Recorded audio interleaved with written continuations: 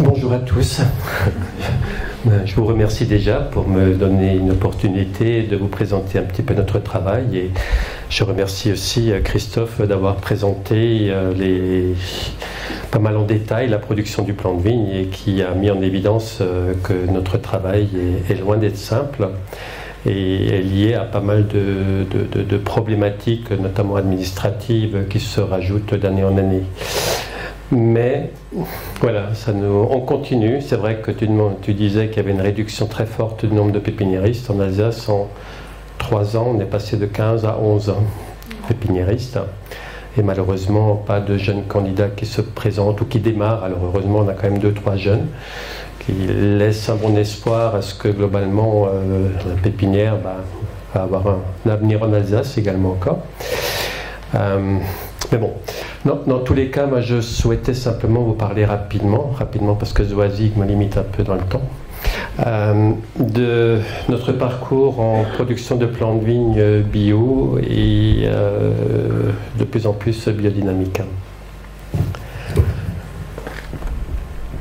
Donc oui, j'aime bien faire un peu de pub pour notre village, donc cité historique avec plein de touristes, mais c'est pas ça l'important. On est implanté à Hildesheim. Voilà. À partir de 2002, de plus en plus de viticulteurs souhaitaient des plants en approche B. Donc à ce moment-là, il était juste impossible de produire un plant de vigne bio parce qu'il y avait obligation d'utiliser des insecticides chimiques contre la cicadelle, la flavescence dorée, autant en pépinière que sur les vignes mères de Porte-Greffe et Greffon. Ceci était une contrainte forte qui nous a totalement empêchés de faire des plants de vigne bio jusqu'à il y a 2 ans, où la réglementation a changé. Alors, au début, c'est vrai qu'on a eu de grosses difficultés. Et la plus grosse, c'était clairement le mildiou. Et c'est une difficulté qui reste aujourd'hui totalement réelle. On a, ces dernières années, pas mal travaillé avec des produits cupriques, uniquement sur toutes nos pépinières.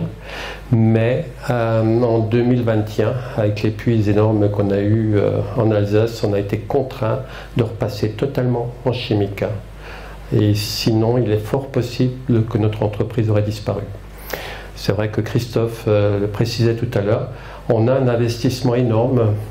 Moi, j'estime qu'on a 60 voire 70% du prix de revient du plant qui est mis dans nos pépinières, qui est exposé à la destruction par rapport au mildiou. C'est globalement toute notre capacité de financement qu'on réinjecte chaque année dans une production et qui peut être détruite par le mildiou. Autrement dit, c'est un risque. C'est un risque réel qu'on prend. Donc on a réussi à améliorer quand même un petit peu les choses, notamment en créant un pulvé nous-mêmes qui était mieux adapté, et puis sur lequel on est en train d'adapter des panneaux récupérateurs pour éviter de trop amener de cuivre dans nos sols.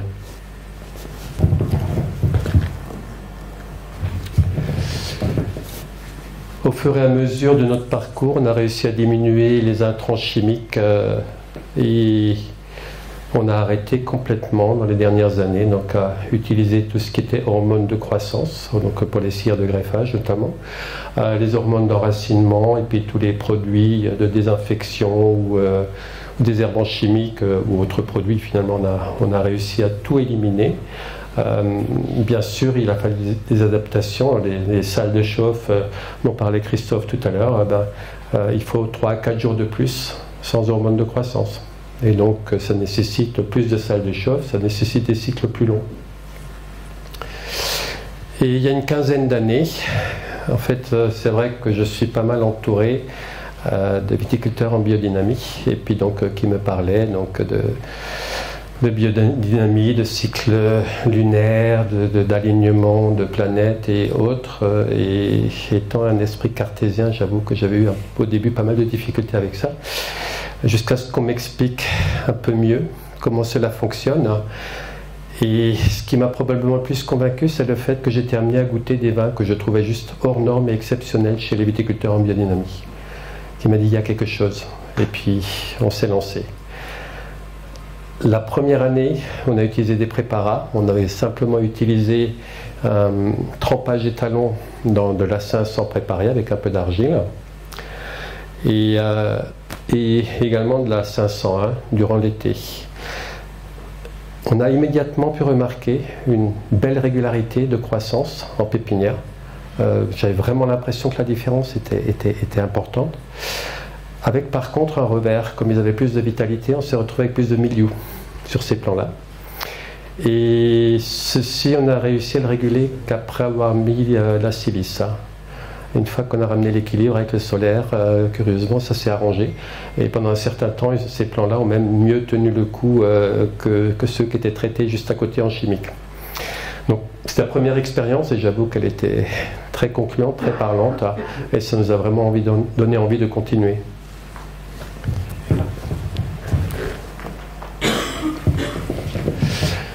Nos vignes mères ont également dû être transformées parce qu'elles étaient sur un mode de culture tout à fait traditionnel, donc au sol, tel que c'est pratiqué couramment dans le sud de la France ou dans d'autres régions.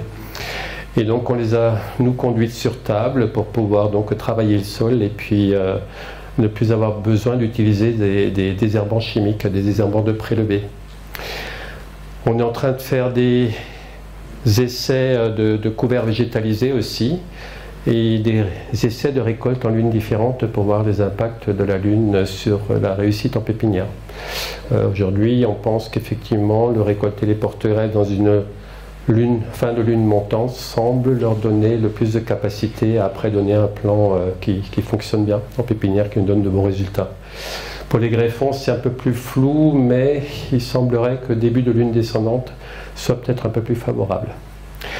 Alors, je suis un peu mal à l'aise quand je dis qu'on fait des porte-greffes qui sont certifiés AB, tout simplement par rapport à nos autres collègues français qui n'ont pas la chance que nous avons en Alsace d'être sans cicadelle, ou quasiment sans, parce qu'il y a un tout petit coin où il y en a. Et donc en Alsace, on n'a pas besoin de traiter avec des insecticides chimiques et on n'a pas besoin de traiter à l'eau chaude les bois qu'on récolte. Et surtout, la grande problématique des autres collègues du sud de la France, et je les rejoins totalement, je les soutiens totalement, c'est que s'ils arrêtent de traiter avec des insecticides chimiques leurs vignes mères de porte-greffe, le porte-greffe étant un porteur sain de flavescence dorée, il y a un réel risque que ça devienne un conservatoire de flavescence dorée qui se diffuse après sur les autres cultures progressivement. Donc une vraie bombe à retardement. Et aujourd'hui, je suis totalement d'accord avec mes collègues d'autres régions de ne pas accepter de faire du bio en porte-greffe. Et il y a une demande en cours pour trouver des solutions. Pour le moment, il n'y a rien qui a été accordé à ma connaissance. Mais dans tous les cas, je suis vraiment solidaire avec eux parce que c'est un gros risque qui pourrait être pris à ce moment-là. Donc c'est vrai, on a la chance en Alsace d'avoir des conditions qui nous permettent plus facilement de faire du bio.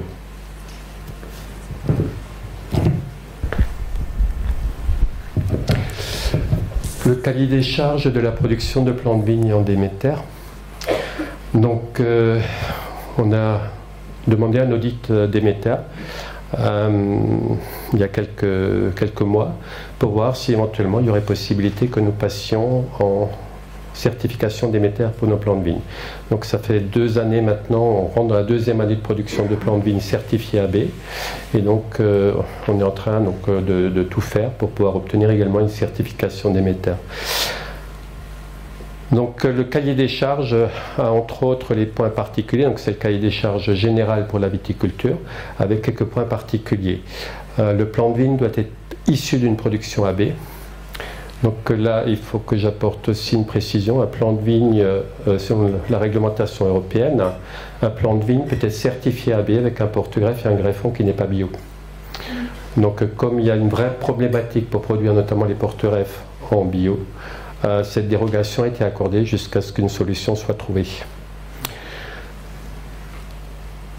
Les porte-greffes et greffons, pour la certification Déméter, doivent être issus d'une production AB.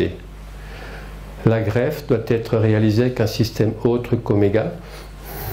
J'avoue que, oui, je trouve qu'ils ont été un peu durs. Parce que c'est vrai que 95% des greffages dans le monde sont faits au système Omega. Donc, et même s'il est probable qu'une greffe anglaise est meilleure, et peut-être la F2 aussi, enfin moi je le pense qu'elle est vraiment meilleure la F2, mais bon, il n'y en a que 8 ans de recul, donc on ne peut pas non plus démontré noir sur blanc pour le moment qu'elle peut avoir un impact sur le vieillissement. Donc bon, voilà, la greffe oméga, donc pour le moment, dans le cahier des charges, Déméter n'est pas autorisée. Une dérogation est accordée aux pépinières viticoles pour la règle de non-mixité. C'est-à-dire qu'on peut produire en parallèle du bio Déméter et du non-bio, tout simplement parce qu'aujourd'hui, on n'a de loin pas le matériel nécessaire pour faire une production complète en bio. Et surtout, le risque mildiou est resté beaucoup trop important. Et c'est vrai que de nombreux pépiniéristes auraient la conviction pour passer en bio, mais limiteront très fortement la partie bio ou ne le feront pas du tout, tout simplement parce qu'on ne maîtrise pas le milieu avec les produits cupriques en pépinière. On a un entassement de végétation qui est beaucoup plus important, on est proche du sol, on a une croissance qui va donc avoir lieu jusqu'à mi-septembre au moins, voire un petit peu plus tard encore, et donc ça nécessite une couverture, une protection permanente contre le mildiou. On travaille avec les différentes formes de cuivre, on fait des couvertures régulières, on a fait des essais que des extraits de plantes avec de la prêle, avec du saule également. Et jusqu'à présent, on n'a pas réussi à maintenir le mildiou comme il le fallait. Donc en 2021, pas du tout, parce qu'on a dû passer en chimique complet. L'été dernier, fin août, on a eu une attaque de mildiou sur les jeunes repousses après rognage. Et on s'est retrouvé clairement avec, je dirais, tout ce qui était jeunes feuilles, qui était totalement touché par le mildiou, alors qu'on était totalement à jour avec les traitements, alors qu'on avait l'impression d'avoir fait tout ce qu'il fallait. Je dois dire qu'on ne maîtrise pas le mildiou aujourd'hui en pépinière. D'ailleurs, on va se limiter, dans notre cas, à seulement peut-être une quinzaine de pourcents maxi, peut-être 20, j'en sais rien, de production en bio, parce que le risque mildiou est trop important. Alors, j'insiste parfois un peu lourdement, mais je le dis quand même dans toutes les réunions. Je considérais que l'utilisation des phosphonates de potassium nous permettrait de tenir beaucoup mieux par rapport au risque mildiou. Et les phosphonates de potassium étaient déjà agréés en bio en Allemagne pendant un certain temps, puis ça a été interdit, ça a été refusé. En plus de ça, le phosphonate de potassium, je les considère comme beaucoup moins nocif pour l'environnement qu'un sulfate de cuivre. Et d'après le FIBEL en Suisse, la toxicité des phosphonates serait globalement celle du sel de cuisine. Donc aujourd'hui, c'est vrai que dans toutes les réunions, j'insiste un peu là-dessus, parfois un peu lourdement, mais bon.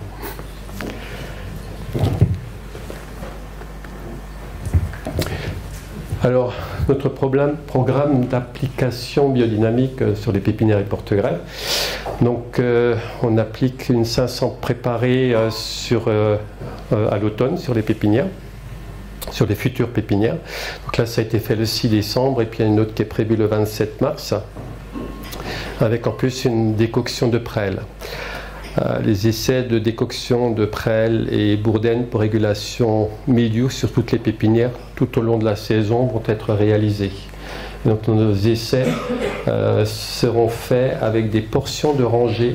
Donc on passe avec le pulvé, on met des indicateurs, il y a des endroits où on ouvre les buses, d'autres endroits on ferme les buses, ce qui fait qu'on a sur les mêmes variétés des répétitions avec ou sans produit pour pouvoir après faire des comptages précis de tâches.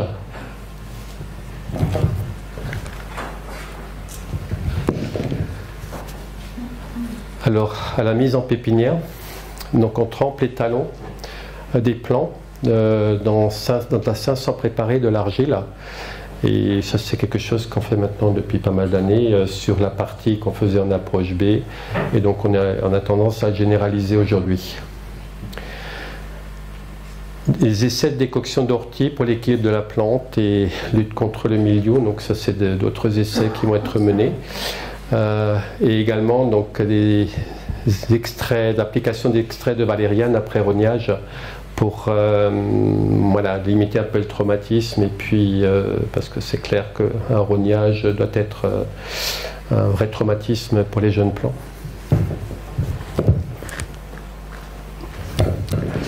Application de 501 vers le solstice d'été pour renforcer le côté solaire.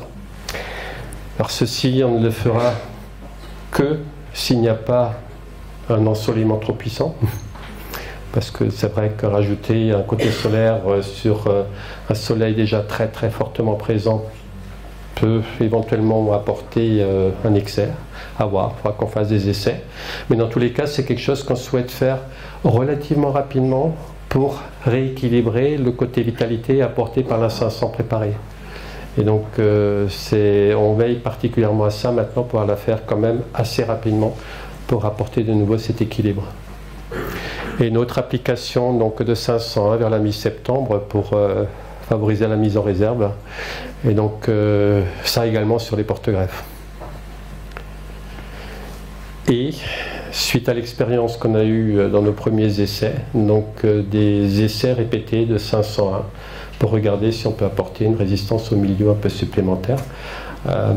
C'est vrai que la vitalité, elle est souvent fortement présente sur les plants et les maladies cryptogamiques apprécient beaucoup, donc peut-être qu'en renforçant le côté solaire, on arrivera à limiter un peu. Donc c'est d'autres essais qu'on a menés.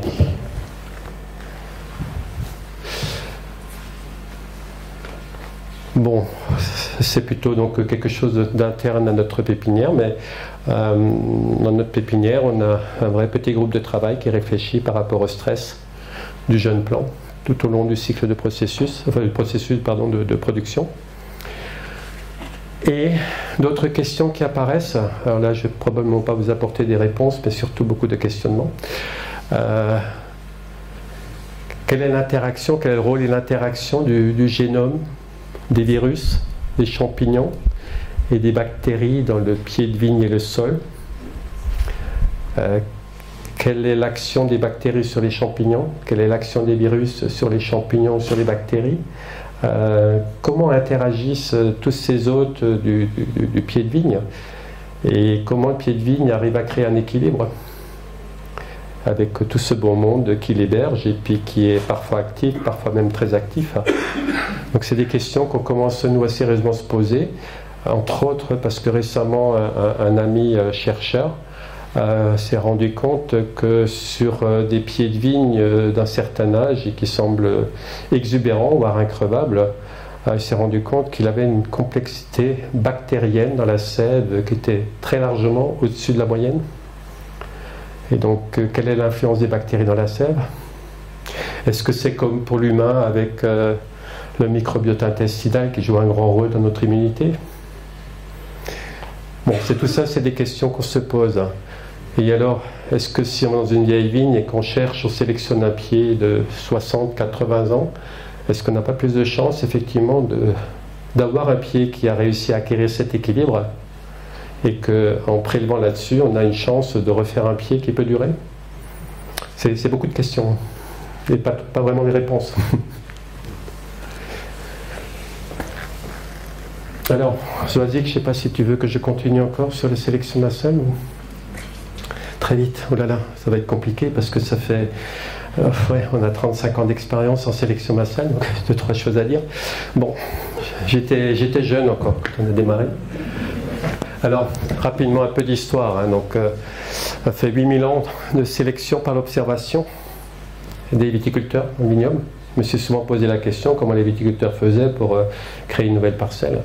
Ben, je pense clairement qu'ils allaient dans une vigne, leur vigne à eux, ou une vigne d'un ami qui faisait un bon vin, et puis il allait prélever du bois et puis recréer une parcelle, mais par rapport à ses observations. Je pense que le viticulteur observait beaucoup mieux. Alors je ne vous jette pas la pierre, mais je pense qu'à l'époque, les viticulteurs, comme tout se faisait à pied, dans les vignes, il y avait largement plus le temps d'observer les pieds, et donc de choisir, de les regarder, Les premières sélections massales, on a trouvé des traces en 1890 en Allemagne, et 1948, début de la sélection clonale avec une approche sanitaire. L'agrément des premiers clones a eu lieu en 1971, et ensuite il y a une augmentation progressive de l'utilisation des clones pour arriver au quasi tout clone en 1985. Ça a été extrêmement rapide, parce que on a promis, je dirais, beaucoup de choses avec les clones. Une production régulière, une qualité élevée, une longévité élevée, parce qu'il y avait des contrôles sanitaires, parce qu'il y avait des contrôles de fait par rapport au virus de l'enroulement et du cours noué. Et peut-être aussi, je pense que du côté des pépiniéristes, il y a également eu un bel accueil de Phéoclone, parce que ça les débarrassait d'un travail de sélection qui était un travail très long et très important, et peut-être aussi du fait que les pépiniéristes à ce moment-là portaient la responsabilité de leur sélection. Ça leur a permis de se débarrasser de cette responsabilité. Donc c'est, voilà, nous compris, hein, nous on était à 95% clones en 1985.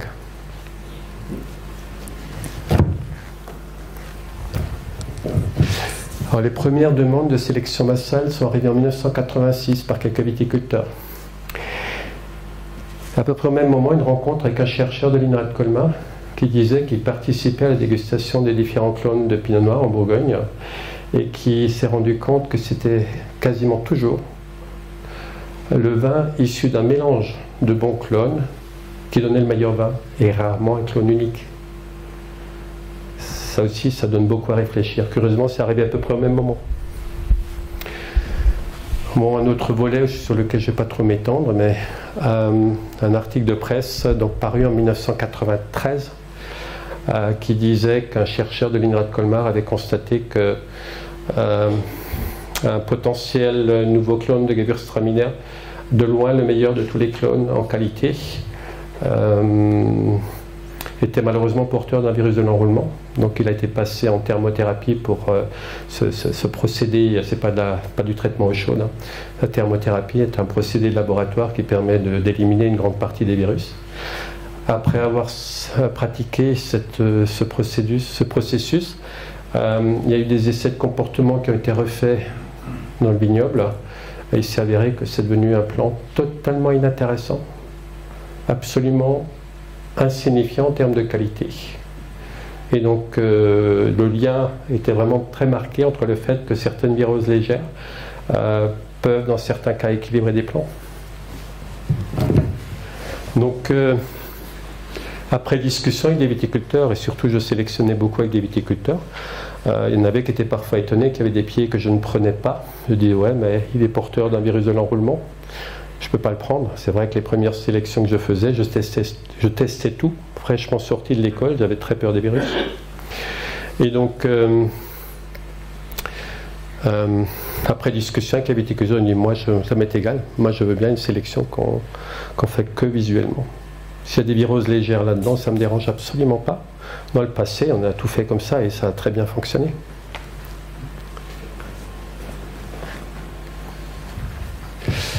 Donc une augmentation progressive des sélections massales et puis après des demandes qui sont arrivées progressivement d'un peu partout. Alors en général, ça se passait surtout sous forme de multiplication privée qui après pouvait déboucher sur une demande d'agrément d'une vigne mère par France Agrimer. Alors pour donner quelques chiffres, en une trentaine d'années, 25-30 ans, on a vendu 15 millions de plants en sélection massale sans test de virose, uniquement fait en visuel, à des milliers de clients. On n'a jamais eu le moindre retour de la part de nos clients qui nous disaient « c'est quoi cette merde virosée que tu m'as vendue ?» Donc ça montre que c'est un système qui peut fonctionner. Donc les sélections massales publiques, juste rapidement faire la différence entre les deux. Une sélection massale publique est une sélection située sur une parcelle ayant obtenu le statut de vigne mère de greffon en matériel de catégorie standard. France Agrimer donnait cet agrément après un contrôle visuel de la parcelle. S'il n'y avait pas plus de 10% de symptômes visibles de maladie à virus, l'agrément était donné. Depuis 2020, on nous demande de tout tester comme pour les clones.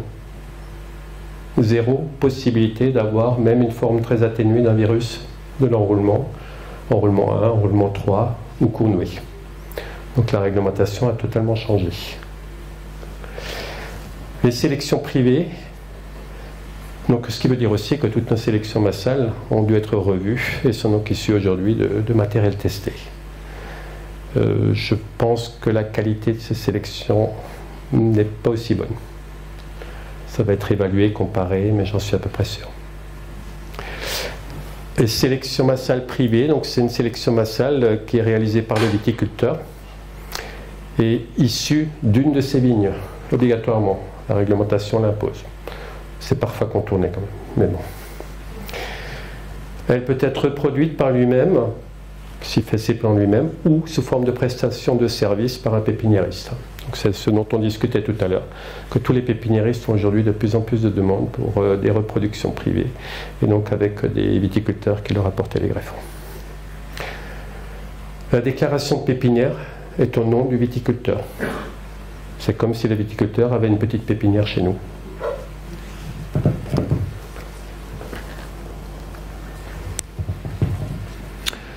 Oui, et donc pour finir, sur ces sélections privées aujourd'hui, il y a un flou réglementaire qui ne précise pas qu'il y aurait autorisation de ne pas faire de test. Donc, probablement aujourd'hui il faudrait faire des tests. Il y a différentes méthodes de sélection, la sauvegarde de la diversité. Donc l'importance de la diversité, peut-être que vous la connaissez, mais je vais juste donner un exemple. Aujourd'hui, avec le système clonal, on restreint énormément la diversité qui s'est créée dans le vignoble au fil des centaines d'années d'existence de tel et tel cépage. Et donc, je pense que le mécanisme vous connaissez probablement, donc des mutations, des virus qui peuvent influencer le génome et donc donner tout un éventail dans le même cépage de pieds qui sont un petit peu différents les uns des autres. Et cette diversité nous est fort utile pour avoir plus de complexité dans les vins, mais également par rapport à des parasites qui peuvent arriver, qui eux continuent de muter et d'évoluer librement. Et ces parasites, à un moment donné, peuvent prendre le dessus, tout simplement parce qu'en face, il n'y a plus d'individus suffisamment résistants. D'un côté, on restreint la diversité, et les parasites, on ne limite pas leur capacité à se diversifier. Qui c'est qui va gagner ? Donc, sauvegarde de la diversité, ça va être une sélection de tous les pieds en bonne santé, c'est-à-dire on ne va pas trop chercher à chercher un type de grappe, un type de comportement. On va ratisser large et prendre tous les pieds en bonne santé. Et oui, une petite remarque, la diversité est plus importante pour les cépages anciens. C'est vrai que pour un pinot noir ou un Riesling, qui sont des cépages très anciens, on a une palette, un éventail de diversité qui est nettement plus important que pour un Gewürztraminer qui est un cépage beaucoup plus récent. Ce cépage n'a pas eu le temps de se diversifier suffisamment. Il y en a qui alors font des sélections parcellaires simples, donc qui prélèvent juste dans des parcelles sans sélectionner. Ça permet alors d'avoir une photographie dans l'ancienne parcelle et de reproduire quasi intégralement toute la diversité. Mélange de différentes origines. Pour ajouter de la complexité, il y en a certains qui mélangent encore une fois les origines. Les sélections ciblées sont alors dans un autre but. C'est pour faire un certain type de vin. Quand on a une parcelle particulièrement bien exposée, avec un sol très riche, où on souhaite faire des vins avec des rendements modestes pour avoir une maximum de concentration, on va cibler certains raisins. Et donc on va orienter la sélection sur des critères précis. La sélection peut se faire sur une période plus ou moins longue, pour vraiment être précis. En fait, une sélection sur une jeune vigne de sauvegarde de la diversité est souvent idéale. On va d'abord ratisser large dans la vieille vigne, on va reproduire toute la diversité de la vieille vigne. Quand la jeune vigne entre en production, tous les pieds ont à peu près le même niveau de vigueur. Et là, la lecture pour la sélection est beaucoup plus simple. Le grand piège des vieilles vignes, c'est qu'on voit parfois des jolis raisins qui ont une taille idéale de ce qu'on recherche, sauf que peut-être on ne fait pas attention à la vigueur. Et une fois que ce pied est rajeuni et qu'il a une vigueur normale, on se retrouve avec des grappes qui font le double. C'est souvent le piège du débutant en sélection, c'est de ne pas tenir compte suffisamment de la vigueur par rapport à la taille des raisins. Et donc sur une jeune vigne, comme tous les pieds ont à peu près le même niveau de vigueur, on pourra faire une sélection beaucoup plus précise, plus ciblée.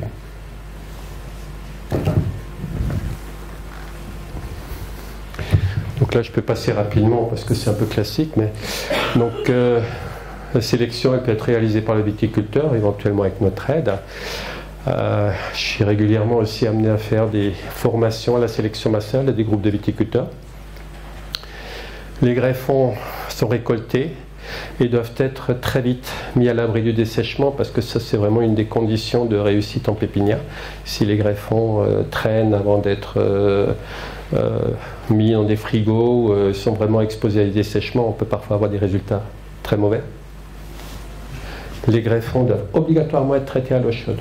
Dès qu'il s'agit d'une reproduction privée, c'est une obligation réglementaire. On a le choix du porte-greffe ensuite qui est à faire et des options. Voilà, quel type de greffe, si on souhaite du bio. C'est la dernière diapo, je crois. Le type de greffe, le type de culture, l'orientation en pépinière. Bon, je peux en parler en aparté de ça. Déclaration de pépinière privée. Donc après, une fois que le plan est greffé, la production est lancée, une déclaration de pépinière privée, donc qui est pré-remplie par nos soins et puis qui est ensuite juste assignée par le viticulteur. Et il doit rajouter le numéro cadastral, les références cadastrales de la parcelle d'origine des greffons. En été, France Agrimaire vient contrôler les pépinières et donne son visa. Et à partir de là, ce document sert après à faire la déclaration de plantation auprès des douanes. Les plants ne peuvent être utilisés que par vous-même, ne peuvent pas être diffusés par ailleurs. C'est une sélection privée, ça n'a pas le droit d'être diffusé autrement. Voilà, je crois bien que c'est la dernière, je vais vérifier, mais oui, c'est bien ça. Merci pour votre attention.